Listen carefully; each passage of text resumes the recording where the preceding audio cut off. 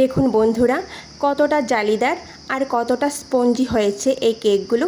মাত্র ছোট এক বাটি ভাত রান্না করার চাল দিয়ে কিন্তু আপনারা খুব সহজভাবে এই রেসিপিটা তৈরি করে নিতে পারবেন।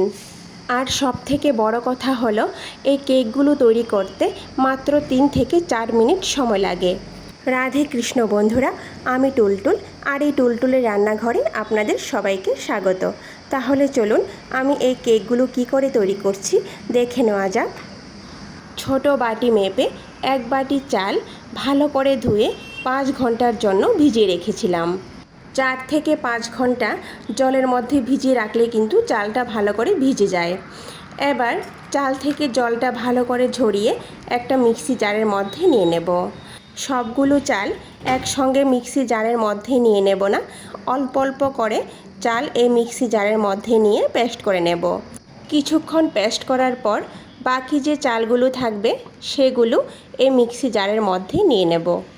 নিয়ে তার সঙ্গে এখানে আমি 3 চামচ পরিমাণ নারিকেলের বুড়াদা দিয়ে দেব।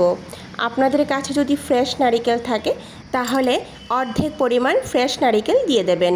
এবার এর মধ্যে হাফ কাপ পরিমাণ দুধ দিয়ে দেব। দুধটাকে আগে থেকেই জাল করে ঠান্ডা করে রেখেছিলাম, সেই দুধটা দিয়ে দেব। এবার সমস্ত উপকরণ ভালো করে মিহি করে পেস্ট করে নেব। চালটাকে কিন্তু মিহি করে পেস্ট করে নিতে হবে, একদমই যাতে দানা দানা ভাব না থাকে। এবার এই চাল বাটাটাকে একটা বাটির মধ্যে নিয়ে ঢেকে একটা সাইডে রেখে দেব।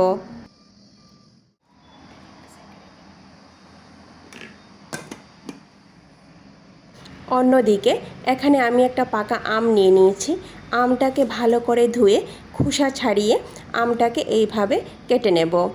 এবার আমটাকে একটা মিক্সি জারের মধ্যে নিয়ে নেব। তার সঙ্গে 3 চামচ পরিমাণ চিনি নিয়ে নেব। চিনির পরিমাণটা এখানে আপনারা কমিয়ে বা বাড়িয়েও দিতে পারেন। চায়ের কাপ মেপে 1 কাপ পরিমাণ দুধ নিয়ে নেব। দুধটাকে আগে জাল করে ঠান্ডা করে রেখেছিলাম, সেই দুধটা এখানে নিয়ে নেব। এবার সমস্ত উপকরণ ভালো করে পেস্ট করে নেব। এবার এই আমের পিউরিটা চাল বাটার মধ্যে নিয়ে নেব।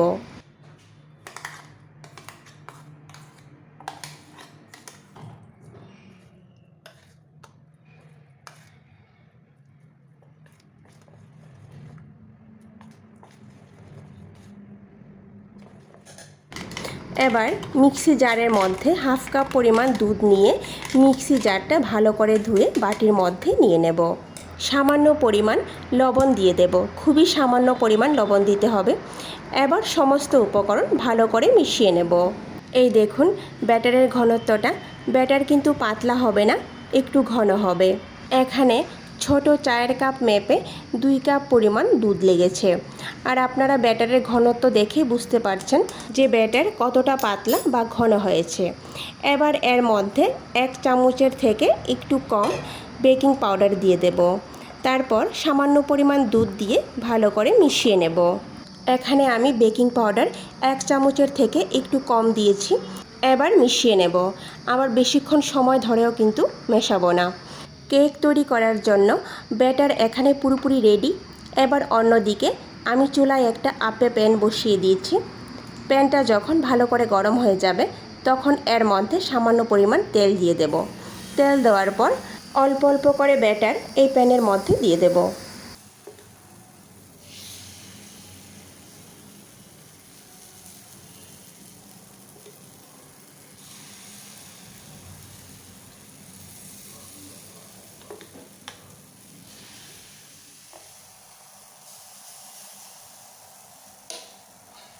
এবার কম আঁচে 4 মিনিটের জন্য ঢেকে রাখবো।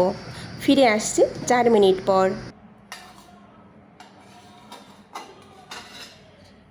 দেখুন বন্ধুরা, কেকগুলো ফুলে ডাবল হয়ে গেছে। এবার একটা চামচের সাহায্যে এইভাবে উঠিয়ে নেব। আর এই দেখুন কেকগুলো কিন্তু খুব সহজেই উঠে এসে যাচ্ছে। এইভাবে আমি বাকি কেকগুলোও তৈরি করে নেব। আর প্রত্যেকটা কেক দেওয়ার আগে সামান্য তেল প্যানের মধ্যে দিতে হবে। তাহলে তৈরি হয়ে গেল আমাদের চালের কেক। ভিডিওটি সম্পূর্ণ দেখার অনুরোধ রইল। ভিডিওটি কেমন লেগেছে কমেন্ট করে নিশ্চয়ই জানাবেন। আর যদি ভালো লেগে থাকে তাহলে সবার শেষে লাইক, শেয়ার আর সাবস্ক্রাইব করে দেবেন।